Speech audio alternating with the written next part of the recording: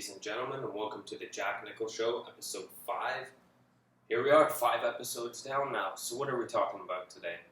Well, as always, I got myself a cool mug, a couple friends here on the table, Mr. Potato Head Deadpool and Captain Phasma Bobblehead.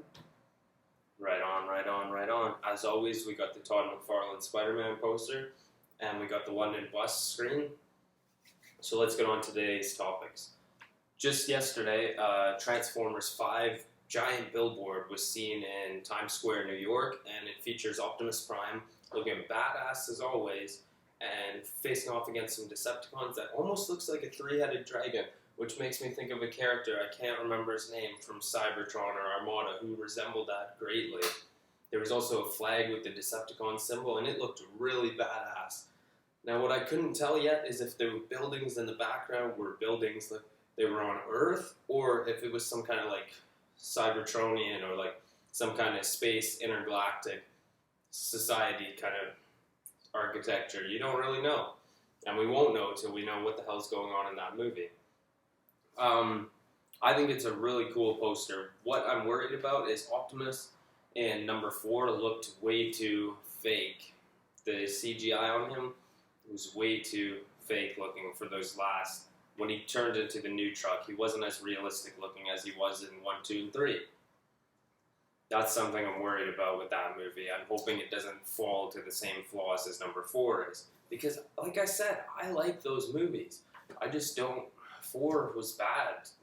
Depending on when you're watching this video, when it's being filmed right now, Friday, July 15th, the new Ghostbusters movie comes out. And I have to say, I am not completely disappointed. Those ladies are funny. I'm excited to see this movie. I think it's going to be great. What you're forgetting is this is today's, besides like Tina Fey and Amy Poehler, this is like today's SNL group. This is today's leading group of funny women. They're either on SNL or they got their own movies all the time, like Melissa McCarthy is always doing comedy movies.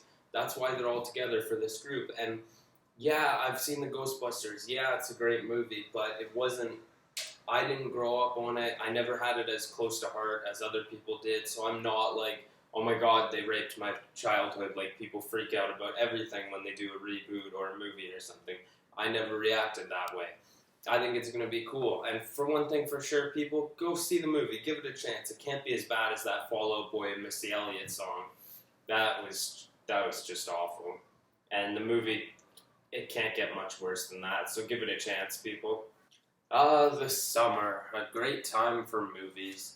Summer 2016. What do we got left? Our biggest thing really is Star Trek Beyond, which is going to be pretty fucking awesome. The first 2 were great. I'm wondering what's going to happen. Idris Elba looks like he's going to be a great bad guy. He's a really great villain whenever he portrays someone like that, so I think that'll be really cool to see. Also with Star Trek Beyond, just recently they announced that Sulu is going to be gay and have a boyfriend. That is totally cool. That's going to be fun. They're paying tribute to George Takei. It's coming out in 2005. I think that's great. I was a little surprised that it's in tribute of George Takei, and it's like 2016. They're trying to keep it more relevant or whatever now, but the fact that George Takei doesn't even like the decision that much kind of makes me wonder if this was something they didn't think through, or I don't know. We won't know till what happens, and I think with changing someone's sexuality with that in a character like that is totally okay, because we had no hints at Sulu dating anybody in the first 2 movies, no hints at anything. Like, he never showed any attraction to Uhura or anyone else. It was just Sulu by himself. So it's totally normal and totally seems right that he could have a boyfriend and everything. So everything adds up. And there's no reason to complain too much, because it's not like you see him predominantly. It's like if they made Kirk gay. Like, suddenly after all the womanizing, he just turns out to be gay. That would be different. That would be strange. But then again, anything can happen. Besides Star Trek Beyond, Suicide Squad comes out August 5th, and that is going to be a great movie. Once we got past the tattoos and some of the bad character designs, that movie looks like it's going to be fucking awesome. The dialogue, the acting, the trailers, everything. The music is awesome. The music they chose for those trailers is great. Bohemian Rhapsody, if you don't know, is one of my favorite songs. So the fact that they use that in their first or second trailer, it all depends if you count that leaked trailer that they ended up showing in high quality from Comic-Con 2015. If that counts as the first trailer, then the Bohemian Rhapsody one is the second one. That movie is going to be great. I've put the Joker's tattoos past me, and I think Jared Leto is going to be a great Joker. What I don't know yet is if he is the Joker, or if he's Jason Todd, just brainwashed or something, or this is our DC cinematic universe where Jason Todd is the Joker to start off after whatever happened with Robin, because people are pointing out all these things. If you look on like the Robin suit from Batman v Superman, like there's like bullet marks or something, and Joker has the same tattoo there or something, and he has like the bird feathers we can see, so everyone's assuming Robin and all that. I frankly don't think that's the case. I think Jared Leto is the Joker. Whether they're going to do the DC Rebirth thing and have this idea of 3 Jokers, or just multiple Jokers to begin with, or if we'll get an older, different-looking Joker later on, you just got to put the tattoos past you people. I don't like what they say, like damaged on the forehead's pretty screwed up. It's pretty damaged. But as we can see in one of the trailers, if you got him laughing there with the knives, he doesn't have them yet. And he's kind of got a Jack Nicholson inspired smile there, and that's awesome. So that's kind of cool to see that they're going to go that route. And he's not going to have the tattoos the whole time. And he's apparently in for 40 minutes of the movie, I heard, and his sole purpose is to get Harley back. So we are going to get some pretty cool flashbacks, so that'll be sweet. And then we'll get to see him in the current time with the Suicide Squad. He doesn't look like he's the villain. The villain is supposed to be Common. Monster T, I believe is his name. I've only seen one picture of him so far. He looks pretty cool. We'll have to see what his acting is like and see what his actual role and the story is like in the movie, but I think it's going to be pretty good. Yeah. Only that, Will Smith in the DC Cinematic Universe is awesome. Margot Robbie's great. Ike Barinholtz is actually a great actor. I know I'm used to seeing him in comedic roles, but he is really good, and I can't wait to see what we get next from him. Now, these are just a few of my thoughts on Suicide Squad that I'm giving now. In future episodes, like our next one, and as the movie gets closer to coming in theaters, we're going to go further in depth and talk more about it. We just had a few things we needed to nail off. There's all kinds of concept art you can look at. Unused costumes, concept art, like I said. There's statues coming out giving us better looks at the characters of what we haven't been able to make out in the trailers and everything. The action figures have dropped. I don't know if they're in Canada yet. That I haven't heard yet. People are going crazy for the Funko Pop vinyls. There's some pretty sweet ones that are exclusive to stores, especially that black tuxedo Joker, where he's like, it's a Hot Topic exclusive.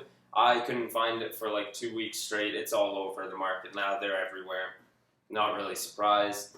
So check them out if you're into that kind of stuff. The movie's going to be great. Like I said, we're going to dive into it further in future episodes. I just wanted to say a couple things, and I think I'll wrap up this part with saying that I think Deadshot looks really badass. I think the Suicide Squad outfit they chose and came up with is the most badass look for Deadshot I've ever seen. It's very, very like mercenary-ish, and it just looks awesome. I love what they did. And Deadshot's not even one of my favorite characters at all. I really don't care for him that much, but I think I will in the movie because it's Will Smith. Will Smith is awesome. I love Will Smith, and he's a great actor too. That's probably one of the reasons I love him. And I think he's gonna be great in this role. Good casting, DC. He looks great in the outfit. He looks awesome with the mask. If you don't know, Suicide Squad was filmed here in Toronto. Just go for a walk in the Dundas Square. They're going to be doing that in the movie. That's where it looks like a lot of that. I don't know, it looks like they're going to be walking through some rubble, which is just down in Dundas Square. And the Lamborghini scene with Batman on the roof was filmed on Yonge Street. So it's going to be cool just watching there to see if they blocked anything out that says Toronto or anything like that. It would be cool to see what's next and what we can make out in the movie, because I keep forgetting to look closely, but I know there's a scene where you can see in the background the Eaton Centre, but I can't tell if it says the Toronto Eaton Centre. I'm sure final edits anyways, if it says, it'll be blurred out or replaced with something else anyways, but it'll be cool to see what's next. Today says my common sense is tingling, and it's got that old I don't know if the camera can make that out there. Ed McGuinness, a leaping Deadpool pose, which is on a lot of like t-shirts. There was a magnet of it. They used it on a lot of t-shirts. Like I have the original one they did it on, but they've used it on so many since then, like black and white versions and stuff too. Captain Phasma bobblehead is just, I believe it's a Funko product. You can get it at most stores that had Funko bobbleheads like this.